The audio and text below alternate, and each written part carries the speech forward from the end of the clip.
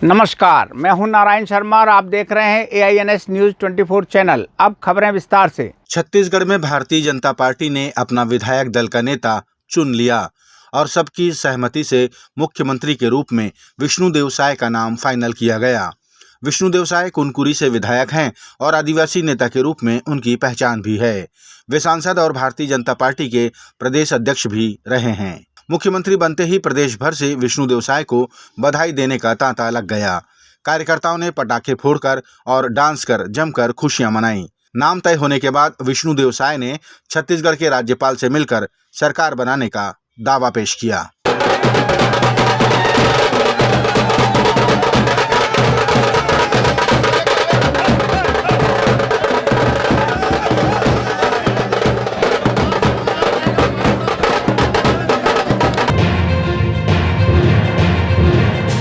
Supreme court ने आज एक बड़ा फैसला सुनाते हुए जम्मू कश्मीर से आर्टिकल 370 हटाए जाने के पक्ष में फैसला सुनाया। सुप्रीम कोर्ट ने अपने फैसले में कहा कि अनुच्छेद 370 एक अस्थायी प्रावधान था। संविधान के अनुच्छेद 1 और 370 से स्पष्ट है कि जम्मू कश्मीर भारत का अभिन्न अंग है, जिसके तहत संविधान के सभी प्रावधान जम्मू कश्मीर पर लागू हो सकते हैं। माननीय सर्वोच्च न्यायालय ने चुनाव आयोग को 30 सितंबर 2024 तक जम्मू कश्मीर में आम चुनाव कराने को भी कहा है। सुप्रीम कोर्ट का ये फैसला ऐतिहासिक फैसला आया है। आज के बाद मुझे लगता है 35 और 370 के पक्ष में जो दलीलें दी जा रही थी वो सब दलीलें बेमानी हो गई हैं। सुप्रीम कोर्ट ने कहा है कि जो राष्ट्रपति ने फैसला लिया था वो फैसला बिल्कुल सही है। जो 35 हटाने का फैसला लिया, जो 370 हटाने का फैसला लिया, बिल्कुल सही लिया फैसला। जो उन्होंने यूनियन टेरिटरी बना दिया जम्मू कश्मीर को, वो फैसला भी ठीक है, उसमें कोई कमी नहीं है। सुप्रीम कोर्ट ने कहा है कि वहां इलेक्शन कमीशन अपनी चुनाव की प्रक्रिया शुरू करे और 30 सितंबर 2024 तक अपनी चुनाव की प्रक्रिया पूरी कर ले।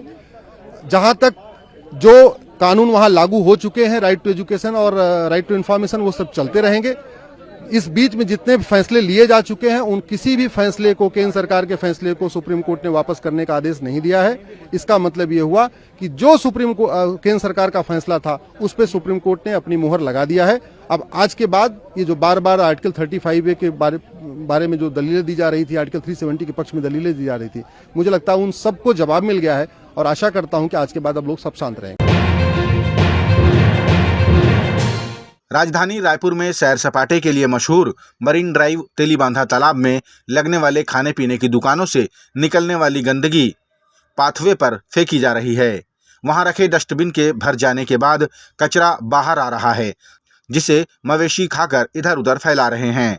गौरतलब है कि प्रशासन एक तरफ बुलडोजर चलाकर अस्थायी गुमटियों को हटाने में कोई कसर नहीं छोड़ रहा है, तो वहीं स्थायी चौपाटी से निकलने वाले कचरे पर कोई संज्ञान क्यों नहीं ले रहा है। छत्तीसगढ़ के नवनियुक्त मुख्यमंत्री विष्णुदेव साय ने सोमवार को VIP रोड में स्थित राम मंदिर में पूजा अर्चना की और प्रदेश की खुशहाली की कामना की। इस मौके पर मुख्यमंत्री ने भगवान शंकर को जल भी अर्पित किया और राम मंदिर का भ्रमण करते हुए अपने दिन की शुरुआत की। इस मौके पर मुख्यमंत्री के साथ अधिकारी और उनके सुरक्षाकर्मी भी साथ रहे। छत्तीसगढ़ के पूर्व उप मुख्यमंत्री TS सिंहदेव ने विष्णुदेव साय को मुख्यमंत्री बनाए जाने पर बधाई दी और कहा कि ऐसी आशा है कि वे सभी को साथ लेकर चलेंगे और तुलनात्मक दृष्टि से पिछड़े इलाकों का विकास करेंगे। उन्होंने कहा कि सरगुजा अंचल से आदिवासी मुख्यमंत्री बनने पर सरगुजा क्षेत्र को काफी उम्मीदें हैं। जिनको विधायक दल ने चुना, जिनको उनके हाईकमांड ने फाइनल किया, वो फाइनल है। काम सही होना चाहिए, व्यक्ति कोई भी आए, काम ऐसा होना चाहिए कि ऐसे इलाके जो तुलनात्मक पिछड़े हैं विकास के दृष्टिकोण से, उनको महत्व मिले और सबको लेके चल सके। विकसित भारत 2047 आइडियाज पहल कार्यक्रम का वर्चुअल प्रसारण छत्तीसगढ़ के राजभवन में आयोजित किया गया।